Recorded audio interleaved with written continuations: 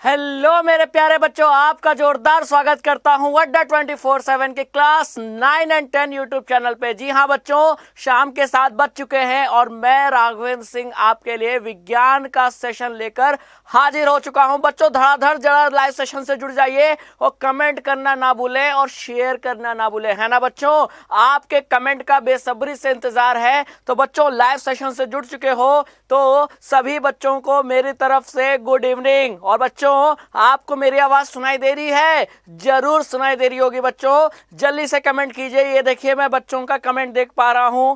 बहुत बढ़िया बहुत बढ़िया, बच्चे देखिए कमेंट कर रहे हैं, लगातार कमेंट कर रहे हैं। तो आज के लाइव सेशन में बच्चों हम क्या पढ़ने वाले हैं, इससे पहले मैं आपको ये बता दूं कि ये जो YouTube चैनल है ये है अड्डा आपके कामयाबी का। कैसे कामयाबी मिलेगी? पढ़ के और प्रश्नों का अभ्यास करके, जो कि मैं कराऊंगा, है ना बच्चों।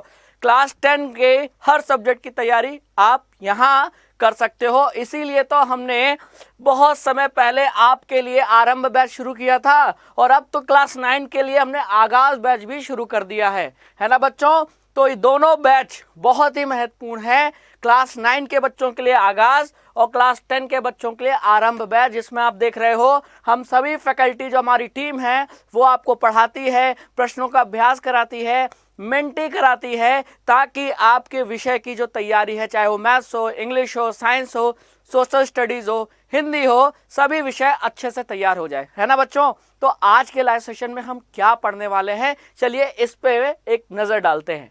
तो बच्चों जैसा कि आपको पता है कि हम आरंभ बैच में क्लास 10 एनसीईआरटी का जो सिलेबस है उसको चैप्टर 1 यानी पहले अध्याय से शुरू कर रहे थे पढ़ना, है ना। कहानी हमारी कहां तक आ चुकी है? हमारी कहानी 16वां अध्याय तक आ चुकी है। जी हां बच्चों, आज हम क्लास 10 एनसीईआरटी का जो आखिरी अध्याय है उसका पहला भाग पढ़ेंगे। तो आखिरी अध्याय क्या है? आखिरी अध्याय 16वां अध्याय है, जिसका नाम है प्राकृतिक संसाधनों का यानी नेचुरल रिसोर्सेज का संपोषित प्रबंधन यानी सस्टेनेबल मैनेजमेंट, है ना। समझ में आया कि नहीं? तो ये 16वां अध्याय है और इसमें आज के सेशन में हम क्या पढ़ने वाले हैं, ये तो अध्याय का नाम है बच्चों, है ना। लेकिन इस अध्याय में हम आज क्या पढ़ने वाले हैं, हम ये जानेंगे कि हम संसाधनों के प्रबंधन की हमें आवश्यकता क्यों है, क्यों हमको सभी जो भी प्राकृतिक रिसोर्सेज हैं यानी नेचुरल रिसोर्सेज हैं, प्राकृतिक संसाधन है, उनकी प्रबंधन की आवश्यकता क्यों है, क्यों हमको प्रबंधन यानी मैनेजमेंट करना चाहिए, नहीं करेंगे तो क्या हो जाएगा, इसी पे आज चर्चा करेंगे। ठीक है बच्चों, तैयार हो आप लोग? बहुत बढ़िया बहुत बढ़िया। तो सेशन को आगे बढ़ाएं, चलिए सेशन को आगे बढ़ाते हैं और आपको मैं बताने की कोशिश करता हूं कि किस तरीके से हम प्राकृतिक संसाधनों का हम क्या कर सकते हैं, उचित प्रबंधन कर सकते हैं और कैसे कर सकते हैं और करना क्यों जरूरी है ना। ये दोनों विषय देखो, दो चीज हैं, प्राकृतिक संसाधनों का प्रबंधन करना क्यों जरूरी है और कैसे करना जरूरी है, कैसे किया जाएगा, इन दो विषयों पे चर्चा करेंगे। ये है आज का पहला भाग। तो शुरू करें, चलिए तो शुरू करते हैं बिना किसी देरी के। और ये देखिए जादू, है ना, आपको जादू दिखाया मैंने। जी हाँ, छोटा सा जादू है लेकिन धमाकेदार जादू है, ठीक है, क्योंकि इससे मेरा नाम सामने आ रहा है। ठीक है, मेरा नाम राघवेंद्र सिंह है बच्चों और आपके लिए मैं विज्ञान के पूरी तैयारी के लिए मैं लाइव सेशन लेकर शाम को 7 बजे आता हूं। चलिए अब बिना किसी देरी के सेशन शुरू करते हैं। चलिए बच्चों, यहां बात आई, आप क्या हेडिंग क्या देख रहे हो, प्राकृतिक संसाधन, अंग्रेजी में इसको क्या कहेंगे बताओ तो जरा। ये देखिए, हाँ बच्चों का कमेंट आ पा रहा है, मैं देख पा रहा हूं। प्राकृतिक संसाधन, बच्चों ने कहा नेचुरल रिसोर्सेज। जी हाँ बिल्कुल सही, प्राकृतिक संसाधन यानी कि नेचुरल रिसोर्सेज, है ना। तो भाई नेचुरल रिसोर्सेज प्राकृतिक संसाधन किसे कहेंगे, क्या आप बता सकते हो? प्राकृतिक संसाधन वो चीजें हैं जो कि हमारे लिए उपयोगी हैं और कहां से प्राप्त होती है, नेचर से यानी प्रकृति से प्राप्त होती है। जैसे हमको अनाज उगाना है तो हमको क्या चाहिए, मिट्टी, है ना। तो मिट्टी हमारे लिए क्या है, प्राकृतिक संसाधन है कि नहीं। जंगल, जंगल से हमको लकड़ियां मिलती हैं, है कि नहीं। लकड़ियों का उपयोग खाना बनाने के लिए करते हैं, ईंधन के तौर पे करते हैं। जंगल से हमको तेंदू का पत्ता प्राप्त होता है ना। आपने पता होगा कि जनजाति जो जंगल के आसपास रहती है वो जंगलों में जाती है और जंगलों से ही तेंदू का पत्ता इकट्ठा करती है जिससे बीड़ी बनाया जाता है, वो भी एक पैसा कमाने का तरीका है। जंगलों से हमको बहुत सारे, जैसे चंदन के जंगल है तो चंदन की लकड़ियां प्राप्त होती हैं, है ना। तो इसका मतलब व्यवसायिक कार्य के लिए, पैसे कमाने के लिए हमारे पास जंगल जो है उससे इंसान पैसे कमाता है ना। और जंगलों का तो मुख्य उद्देश्य है ऑक्सीजन पैदा करना। पेड़ों का मुख्य उद्देश्य क्या है? ऑक्सीजन पैदा करना। तो इसके बिना हमारा जीवन संभव है? नहीं संभव है। तो ये भी तो प्राकृतिक संसाधन हुआ जिसका हम उपयोग कर रहे हैं, जीने के लिए भी और पैसे कमाने के लिए भी। फिर अगला क्या देख रहे हो? अगला आपको दिखाई दे रहा है पानी, या समुद्र कह लीजिए या नदी कह लीजिए, है ना। तो नदी हो, तालाब हो, समुद्र का जो पानी है ये भी तो हमारे लिए प्राकृतिक संसाधन है। नदियों का पानी नहीं होगा तो क्या हमारी प्यास बुझेगी? क्या हम नहा पाएंगे? क्या कपड़े धो पाएंगे? नहीं। क्या बड़े बड़े उद्योग में जहां पानी की जरूरत पड़ती है, क्या वो उद्योग चल पाएंगे? जी नहीं। और ये पानी हम बनाते थोड़ी हैं, ये तो प्रकृति से मिला है। तो प्राकृतिक संसाधन हुआ कि नहीं? तो मिट्टी, जंगल, पानी, हवा। जी हाँ बच्चों, आपको याद होगा 15वें अध्याय में हमने क्या पढ़ा था? 15वें अध्याय में हमने किसकी चर्चा की थी? हमने पर्यावरण की चर्चा की थी। लेकिन जो 14वां अध्याय था, 14वां अध्याय में हमने ऊर्जा की बात की थी। तो पवन ऊर्जा आपको याद होगा। तो पवन ऊर्जा कब उत्पन्न हो सकती है? जब हवा बहेगी, है ना। तो हवा भी तो प्राकृतिक संसाधन है। फिर डीजल, पेट्रोल, केरोसिन जिस पे हम अपनी गाड़ियां चला रहे हैं वो भी तो प्राकृतिक संसाधन है कि नहीं। फिर जानवर, चाहे वो गाय हो, भैंस हो, जिससे दूध मिल रहा है, हमको घी प्राप्त हो रहा है ना। फिर घोड़े हैं जिनका हम उपयोग कर रहे हैं। बैल खेत जोतने के लिए उपयोग किया जा रहा है। जो भेड़ें होती हैं उनके जो बाल होते हैं उनसे ऊन के कपड़े बनाए जा रहे हैं। तो ये भी तो जीव जंतु भी तो प्राकृतिक क्या है? संसाधन है। मुर्गी से हमको अंडा मिल रहा है, अंडा हम खा रहे हैं। तो इसका मतलब मुर्गी भी क्या है? वो एक जंतु है, और जंतु भी किस में आएंगे? प्राकृतिक संसाधन में आएंगे। फिर अगला क्या देख रहे हो? सौर ऊर्जा, है ना। सौर ऊर्जा अगर ना होती तो पृथ्वी पे जीवन नहीं होता। समझ में आया? तो ये भी तो प्राकृतिक संसाधन है। कोयला, वो भी प्राकृतिक संसाधन है, ईंधन के तौर पे इस्तेमाल कर रहे हैं। और सबसे ज्यादा ऊर्जा हम जो प्राप्त कर रहे हैं वो कोयले से ही तो प्राप्त करते हैं। फिर जितने भी धातु हैं, तत्व हैं, सोना हो गया, चांदी हो गया, इनका आभूषण हम पहन रहे हैं। ये सोना चांदी कहाँ से मिल रहा है? धरती से। तो ये प्राकृतिक संसाधन ही तो है कि नहीं। तो अब आपसे कोई पूछेगा कि प्राकृतिक संसाधन यानी नेचुरल रिसोर्सेज के उदाहरण बताओ, तो इस चित्र से आपको सारे उदाहरण पता चल गए, है कि नहीं मेरे प्यारे बच्चों। और समझ में आया कि नहीं? और समझ में आया तो एक बार जोरदार लाइक्स कर दो सेशन को और शेयर कर दो, है ना बच्चों। और चैनल को सब्सक्राइब नहीं किया है तो सब्सक्राइब जरूर कर दें, है ना। तो ये तो उदाहरण हो गए किसके? प्राकृतिक संसाधन के, है ना। एग्जाम्पल यानी कि उदाहरण।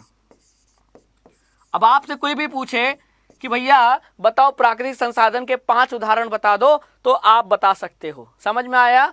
तो ये सारे उदाहरण हैं प्राकृतिक संसाधन के। अब हम कहानी आगे ले चलते हैं, ठीक है बच्चों। तैयार हो? आगे चलें। तो क्या करूंगा मैं? जादू। ये देखिए, अरे जादू नहीं हुआ क्या? अरे जब किया ही नहीं है तो होगा कैसे? ये देखिए, अब किया तो हो गया, है कि नहीं। अब बच्चों चिंता का विषय क्या है? आखिर प्राकृतिक संसाधन क्या होते हैं वो तो पता चल गया। मिट्टी, हवा, जंगल, कोयला, डीजल, पेट्रोल, ये सब प्राकृतिक संसाधन है। लेकिन आखिर चिंता का विषय क्या है? चिंता का विषय ये है कि कुछ प्राकृतिक संसाधन जैसे कोयला, डीजल, पेट्रोल, है ना, इनकी संख्या, जंगल, इनकी संख्या सीमित है।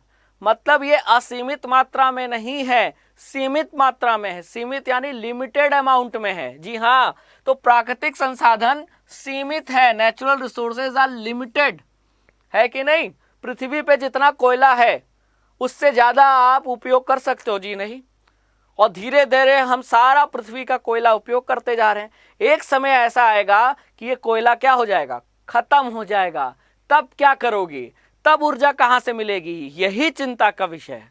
और जैसे जैसे कोयले का हम उपयोग कर रहे हैं, कोयले की मात्रा कम होती जा रही है, तो कोयले का दाम बढ़ता जा रहा है, कोयला महंगा होता जा रहा है। यही चीज किसके साथ है? डीजल पेट्रोल के साथ। तो समस्या यही तो है कि सीमित मात्रा में होने के कारण प्राकृतिक संसाधन, कुछ, सभी नहीं, जैसे सौर ऊर्जा तो इतनी ज्यादा है कि उसको हम सीमित मात्रा में नहीं मान सकते। लेकिन कोयला हो गया, डीजल पेट्रोल हो गया, जंगल हो गए, ये सीमित मात्रा में है ना। अगर ये दिनों दिन हम ज्यादा उपयोग करेंगे, गलत उपयोग करेंगे इनका, गलत मतलब आवश्यकता से ज्यादा उपयोग करेंगे। भाई कोयले की मांग, मुझे 1 किलो कोयले से काम चल जाएगा मेरा आज का, लेकिन मैं आज 10 किलो उपयोग कर लूं फालतू, तो ये गलत उपयोग है कि नहीं। और इसके वजह से अगर यही काम हर इंसान करेगा तो कोयला जो 100 साल तक चलना था वो 85 साल में खत्म हो जाएगा। और 50 साल में खत्म हो गया तो जाहिर सी बात है कि आने वाले 50 सालों में जो जनसंख्या होगी, जो जीव जंतु मतलब जो इंसान होंगे, उनके लिए कोयला कहाँ से मिलेगा? यही समस्या है। तो अब आपको समझ में आ गया। देखिए चित्र से बहुत बढ़िया चित्र ये दिया गया है। इन दोनों चित्रों को आप एक दूसरे से रिलेट कीजिए, इन दोनों में संबंध प्राप्त कीजिए। ये क्या लिखा है? ये आपको दिख रहा है जंगल, जो हमारे फेफड़े के शक्ल में है। ये जो जंगल है वो फेफड़े के शक्ल में दिख रहा है कि नहीं? और धीरे धीरे हम जंगलों को काट रहे हैं, तो इसका असर हमारे फेफड़े पे कैसे पड़ेगा? जंगल कटने से फेफड़ों पे असर कैसे पड़ेगा? पड़ेगा, और जी हाँ, भरपूर पड़ेगा। क्यों? अरे भैया, पेड़ ही तो ऑक्सीजन पैदा करते हैं सौर ऊर्जा को ग्रहण करके। तो अगर हम पेड़ों को काट देंगे तो ऑक्सीजन कौन बनाएगा? और अगर ऑक्सीजन नहीं बनेगा, ऑक्सीजन की कमी हो जाएगी, तो इंसान सांस कैसे लेगा, जिंदा कैसे रहेगा? है कि नहीं? तो तमाम बीमारियां अलग से हो जाएंगी। तो कहते हैं ना कि इतना प्रदूषण फैल रहा है, ऑक्सीजन शुद्ध नहीं मिल पा रहा है, वायु शुद्ध नहीं है। सुबह सुबह लोग उठते हैं, कहते हैं सुबह उठा करो, शुद्ध वायु मिलती है, नहीं तो 8-9 बजे के बाद जब सड़कों पे गाड़ियां चलने लगती हैं तो धूल गर्दा हो जाता है ना। तो आखिर ये सुबह सुबह क्यों कहा जा रहा है? इसीलिए क्योंकि सुबह सुबह ऑक्सीजन भरपूर मात्रा में बनना शुरू हो जाती है और कोई प्रदूषण भी नहीं रहता। तो कहने का मतलब यह है कि अगर हम पेड़ों को काटते जाएंगे तो क्या होगा? पेड़ों को काटते जाएंगे तो 2 नुकसान होगा। अब भाई पेड़ तो पृथ्वी पर सीमित मात्रा में है ना, ऐसा तो है ना कि असीमित मात्रा में है। पेड़ को उगने में 10 से 15 साल लग जाते हैं और काटने में 1 घंटा नहीं लगता। सोचिए, दिक्कत यही है। अगर जितने पेड़ कट रहे हैं उतने पेड़ अगर रोज उगने लगे तो बात सही है, बैलेंस बना रहेगा, संतुलन बना रहेगा। लेकिन उगने में 15 साल लगा और काटने में 1 घंटा, ये कैसे मैनेज होगा? कैसे ये प्रबंधन होगा? यही तो चिंता का विषय है। पेड़ काटते जा रहे हैं, किस लिए काट रहे हैं आप बताओ?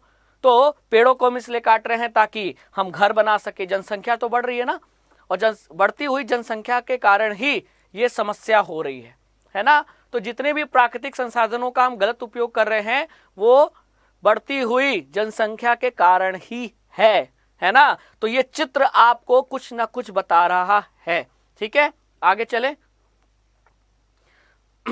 आगे चले चलिए आगे चलते हैं बच्चों।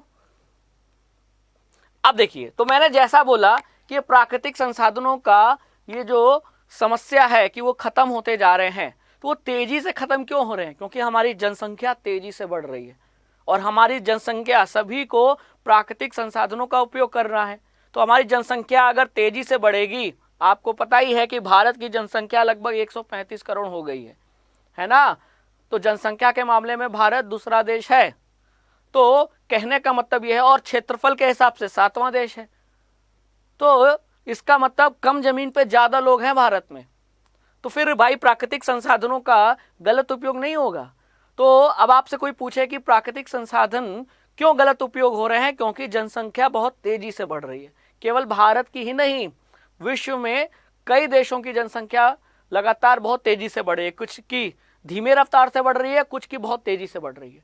यही चिंता का विषय है। तो अगर हमको प्राकृतिक संसाधनों को सही तरीके से इस्तेमाल करना है तो सबसे पहला काम करना होगा, हमारी जनसंख्या की वृद्धि दर को कम करना होगा। जनसंख्या बढ़ेगी तो, लेकिन बढ़ने की रफ्तार को अगर हम कम कर लें, 10 से 50 हो जाए और 10 से 12 हुआ, तो बढ़ा तो दोनों केस में लेकिन 10 से 12 कम बढ़ा और 10 से 50 ज़्यादा बढ़ गया। तो हमको वृद्धि दर कम करनी है जनसंख्या की, तब हम इसका सही उपयोग कर पाएंगे। किसका? प्राकृतिक संसाधनों का। समझ में आया? चाहे वो जंगल हो, चाहे कोयला हो, चाहे पेट्रोल डीजल हो, है ना। चलिए आगे चले। अब हमारे पास एक तरीका है। क्या तरीका है? अगर हमको प्राकृतिक संसाधनों का उचित प्रबंधन करना है, यानी संपोषित प्रबंधन करना है, सस्टेनेबल मैनेजमेंट करना है, तो अगर हम ये 5 चीजें फॉलो करें, इन 5 रास्तों पे चलें, तो हम इसका उचित प्रबंधन कर सकते हैं, जिससे ये प्राकृतिक संसाधन लंबे समय तक इस्तेमाल किए जा सके। क्या देख रहे हो? 5 चीजें, वो क्या है? 5 आर। ठीक है, ये 5 आर बहुत ही महत्वपूर्ण है। 5 आर प्रिंसिपल, यानी 5 आर सिद्धांत। पहला क्या है? रिफ्यूज, इनकार कर दो। दूसरा है रिड्यूस, कम इस्तेमाल करो, जितनी जरूरत है उतना ही। तीसरा है रीयूज, इस्तेमाल करके फिर किसी दूसरे काम में इस्तेमाल कर लो।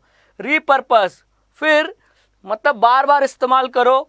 और 5वां है रिसाइकिल, यानी पुनः चक्रण, यानी कि इस्तेमाल करने के बाद फिर उसको भेज दिया जाए उद्योग में, जिससे फिर कोई दूसरा प्रोडक्ट बना लिया जाए, है ना। इन्हीं को तो पढ़ना है।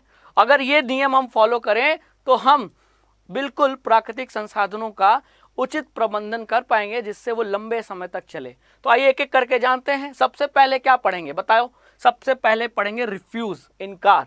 बच्चों, रिफ्यूज का मतलब क्या है? आप ही बताओ। रिफ्यूज का मतलब इनकार करना है, लेकिन इसको समझेंगे कैसे? जैसे मैं दुकान पे गया कुछ खरीदने, और खरीदने के बाद दुकानदार ने मुझे प्लास्टिक का बैग दिया कि आप इसमें सामान घर ले जाइए। मुझे क्या करना चाहिए? इनकार, है ना। तो मुझे ये बोलना चाहिए, भैया मेरे पास क्या है? जूट का बैग है, मेरे पास कागज का थैला है, मुझे ये प्लास्टिक का थैला मत दो। आप मना करोगे, सब मना करेंगे। इस तरीके से धीरे धीरे प्लास्टिक की जरूरत ही खत्म हो जाएगी, और प्लास्टिक की जरूरत खत्म हो जाएगी तो प्लास्टिक बनाना भी बंद कर देगी कंपनी। तो हमारा पर्यावरण क्या होगा? प्रदूषित होने से बच जाएगा ना। तो आपके इनकार ने ये कार्य किया, तो इनकार में बहुत दम है। ठीक है, तो गलत चीजों का जो कि पर्यावरण को नुकसान पहुंचा रही है, उनको ना करें। क्या कहें? ना। तो ये सिंबल क्या दिखा रहा है? No to plastic. कई जगह आपने देखा होगा, कई जगह हम स्टेशन पे जाते हैं, बस स्टैंड पे, तो लिखा रहता है कि प्लास्टिक को ना करें, से नो टू प्लास्टिक। तो वो इसी का मतलब है रिफ्यूज, मना कर दिया। ठीक है, अब आगे चलिए अब आगे चलते हैं बच्चों।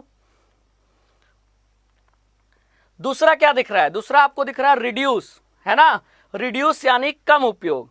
तो बच्चों, कम उपयोग मतलब ये है कि जितना आपकी नीड है उतना ही उपयोग करें। जैसे अगर आपको लग रहा है कि मैं अब घर से बाहर निकल रहा हूं 2-3 घंटे के लिए, तो घर में जो लाइट है, जो फैन है, उसको क्या कर दीजिए? बंद कर दीजिए। इससे क्या होगा? अगर यही कार्य हर इंसान करेगा तो जो विद्युत ऊर्जा की मांग है ना, वो कम हो जाएगी, और कम होगी तो जो विद्युत ऊर्जा बनाई जा रही है तो ज़्यादा नहीं बनाना पड़ेगा। और विद्युत ऊर्जा बनाने के लिए आपको पता ही है कोयले का भी इस्तेमाल हो रहा है। तो जब कम विद्युत ऊर्जा बनाना होगा तो कम कोयले का इस्तेमाल होगा। तो जो पृथ्वी पे कोयला है वो ज़्यादा लंबे समय तक चलेगा, है ना। तो इसी तरह जब जरूरत ना हो तो जितने भी विद्युत उपकरण हैं उनको स्विच ऑफ कर दीजिए, बंद कर दीजिए। भोजन ऐसे मत फेंकिए, जितनी ज़रूरत हो, जितनी भूख हो उतना ही खाइए, क्योंकि आप जितना भोजन फेंक देते हो उतने में तो किसी गरीब का पेट भर जाए, है ना। तो बच्चों, ये बहुत ही महत्वपूर्ण है। आपने केजीएफ मूवी देखी होगी, है ना। केजीएफ मूवी में बन वाला सीन है कि नहीं? बच्चों जरूर देखना, वो आपको ये भोजन की असलियत बता देगा। जी हाँ बच्चों, जब भोजन नहीं मिलता है ना, तब हमको भोजन की अहमियत सुनाई देती है, हमको दिखाई देती है ना। जब पेट में चूहे कूद रहे होते हैं, मम्मी भूख लगी है, ऐसा चिल्लाते हैं हम लोग छोटे थे तो। लेकिन अब उस समय सोचिए कि भूख बर्दाश्त नहीं कर सकते आप, कितना दिन कर लोगे। इसीलिए तो भोजन हो, विद्युत ऊर्जा हो, चाहे कोई भी क्या हो, प्राकृतिक संसाधन हो, पानी हो गया, है ना। पानी हम लोग वेस्ट कर देते हैं। 2 बाल्टी से नहा सकते हैं तो 10 बाल्टी पानी की जरूरत क्या है ना। तो ये सारी चीजें हमको सोचना पड़ेगा, करना पड़ेगा। यही है रिड्यूस, यानी कम उपयोग, जितना इस्तेमाल होना, ये नहीं कि हम नहाएंगे ही नहीं, क्यों, पानी बचा रहे हैं, ये गलत तरीका है। नहीं, जितना इस्तेमाल हो नहाओ, ठीक है, लेकिन जितना इस्तेमाल करना है उतना ही करो। ये नहीं कि नल खुला है, छोड़ दिया हमने, पानी गिर रहा है, कोई उपयोग ही नहीं हो रहा है। इससे अच्छा क्योंकि ये पानी कहीं और चला जाता है कि नहीं। चलिए आगे चलें, तो रिड्यूस समझ में आया। चलिए आगे चलते हैं। अब अगला पॉइंट क्या बताया था, याद करो, रीयूज, है ना बच्चों। तो रीयूज में आप क्या देख रहे हो, मतलब किसी वस्तु को अगर हम बार बार उपयोग करें, जैसे मान लीजिए कि हमने बॉर्नविटा का पहली बार क्या खरीद लिया, डब्बा खरीद लिया, है ना। अब बॉर्नविटा का ये खत्म हो गया तो दोबारा डब्बा खरीदने की क्या जरूरत है। आप रिफिल पैक खरीदो, इसको यहाँ से काटो और ये इसी डब्बे में भर लो, तो इस डब्बे का आप बार बार इस्तेमाल कर रहे हो, है कि नहीं। और अगर ऐसा नहीं करते तो आप हर बार डब्बा खरीदते तो कंपनी को ये प्लास्टिक का डब्बा बनाना होता। तो इस तरीके से सोचिए, भारत में कितने ये इस तरीके के प्लास्टिक के डब्बे हो जाते, और अगर ये फेंकने लगे हम लोग तो पर्यावरण को ये प्लास्टिक का डब्बा दूषित करेगा कि नहीं करेगा। जी हाँ। तो हमने क्या किया, हमने इस प्लास्टिक के डब्बे को बार बार इस्तेमाल किया, इसमें खत्म होता भर लो, खत्म हुआ बॉर्नविटा भर लो। तो यही तो रीयूज है, पुनः उपयोग है। समझ में आ रहा है कि नहीं। जी हाँ। तो ये भी तो करना पड़ेगा, नहीं तो आप प्राकृतिक संसाधनों का उचित प्रबंधन कैसे कर पाओगे, है ना। तो ये दिमाग में सोचना पड़ेगा आपको। आगे चलें, 3 तो पढ़ लिया, 5 आर में, है ना। अब अगला आर क्या दिख रहा है आपको, बता सकते हो, रीपर्पज। रीपर्पज मतलब होता है जिस काम के लिए वो वस्तु बनी थी, उस काम में इस्तेमाल होने के बाद अब वो वस्तु किसी दूसरे काम में इस्तेमाल हो रही है। जैसा कि यहाँ आप देख रहे हो चाय की केतली, है ना। कभी ना कभी तो शुरुआत में जब ये नई खरीद के लाया गया था, इसका उपयोग किस लिए करते थे, चाय रखने के लिए। लेकिन जब ये पुराना हो गया, बेकार हो गया, तो इसको अब देखिए गमले की तरह इस्तेमाल किया जा रहा है। तो चाय की केतली है लेकिन उपयोग गमले की तरह हो रहा है, इसमें देखिए पौधा उगाया गया है, तो उपयोग दूसरा हुआ ना कि नहीं। तो जब एक ही वस्तु को एक ही काम के लिए बार बार उपयोग करें तब वो रीयूज होता है, लेकिन एक ही वस्तु को जब हम एक बार उपयोग करने के बाद दूसरे कार्य के लिए उपयोग करें तो वो रीपर्पज होता है। ये दोनों में थोड़ा सा अंतर है, पुनः प्रयोजन रीपर्पज को कहते हैं। तो रीयूज और रीपर्पज में ये अंतर है। आपने देखा होगा कि अक्सर हम लोग जो कोल्ड ड्रिंक की बोतल हैं, जब वो कोल्ड ड्रिंक पी लेते हैं तो उसको काट कर उसमें पौधा लगा लेते हैं, है कि नहीं। और कभी कभी आपने देखा होगा कि उसको बोतल को आधा काट के कभी डीजल पेट्रोल बाइक में डालना हो तो ऊपर टंकी में ऐसे लगा देते हैं उल्टा करके और डीजल पेट्रोल डाल देते हैं, है कि नहीं। तो ये सही तरीका है, आप क्या कर रहे हो, रीपर्पज कर रहे हो, पुनः प्रयोजन कर रहे हो, है ना। तो इस तरीके से भी हम प्राकृतिक संसाधनों का उचित प्रबंधन कर सकते हैं। अब आगे चलें, चलिए। अब आखिरी आर है रिसाइकिल, और रिसाइकिल यानी पुनः चक्रण। तो इसका ये चिन्ह आपने देखा ही होगा, कई जगह आप जाओ, मॉल में जाओ घूमने, अस्पताल में जाओ, आप बड़े बड़े क्या कहते हैं शॉपिंग मॉल में जाओ, है ना, हॉस्पिटल में जाओ, होटल में जाओ, मेट्रो में जाओ, आप ट्रेन और बस में सफ़र कर रहे हो, इस तरीके से आपको देखने को मिलेगा ये चिन्ह। ये चिन्ह किसका होता है, पुनः चक्रण का होता है, यानी रिसाइकिल का। यानी कि आपने देखा होगा कबाड़ी वाला हमारे घरों से प्लास्टिक की बोतलें सब जितनी हैं सब खरीद के ले जाता है। आखिर क्या करता है, वो ले जाता है उस उद्योग में बेच देता है जहां प्लास्टिक की सामान बन रही है, और उसी प्लास्टिक की बोतलों को फिर पिघलाकर नई प्लास्टिक की बोतलें बनाई जा रही हैं, है ना। तो यही तो क्या है, रिसाइकिल।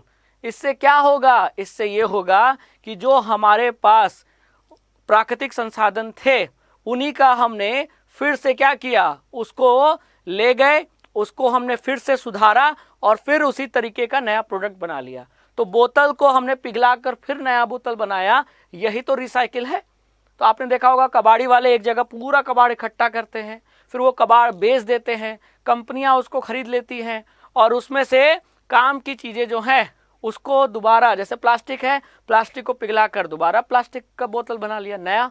तो पुराने से नया बनाया, यही तो रिसाइकिल है है कि नहीं? तो अगर ये 5 आर सिद्धांत हम अपने जीवन में अपनाएं तो प्राकृतिक संसाधनों को हम सही तरीके से उपयोग कर सकते हैं। यही है प्राकृतिक संसाधनों का संपोषित प्रबंधन। अब समझ में आया? और ये एक के करने से नहीं होगा बच्चों, ये सभी को करना होगा, मुझे भी करना होगा, आपको भी करना होगा, हमारे घर वालों को भी करना होगा, विश्व में जितने भी इंसान हैं सभी को करना होगा। समझ में आया कि नहीं आया? तो ये था बच्चों आज का लाइव सेशन। किसके ऊपर? 16वां अध्याय के ऊपर, है ना बच्चों? आई होप आपको ये लाइव सेशन समझ में आया होगा और ये 5 आर जो सिद्धांत है, प्रिंसिपल है, ये भी समझ में आया होगा, है ना बच्चों? तो हमारे साथ जुड़ने के लिए मैंने पहले ही बोल रखा है, हमारा टेलीग्राम चैनल मौजूद है। दोनों टेलीग्राम चैनल से जुड़िए, सब्सक्राइब कीजिए। सब्सक्राइब नहीं, इसको वही मतलब ज्वाइन कर लीजिए और इस पे आपको लिंक और नोट्स, ठीक है, दोनों मिलते रहेंगे। कोई भी इंफॉर्मेशन हो आपको यहाँ मिलेगा और व्हाट्सएप पे भी मिलेगा। तो व्हाट्सएप से भी जुड़िए और टेलीग्राम चैनल से भी जुड़िए, है ना बच्चों? तो इसी के साथ मैं आज का सेशन में अब आपसे अलविदा लेता हूँ, ये वादा करके कि मिलेंगे हम कल, ठीक है, इसी समय इसी यूट्यूब चैनल पे। तब तक के लिए अपना बहुत ख्याल रखिए और इसी सेशन का मतलब इस अध्याय का दूसरा भाग लेकर मैं आऊँगा। तब तक के लिए टाटा, गुड बाय, जय हिंद।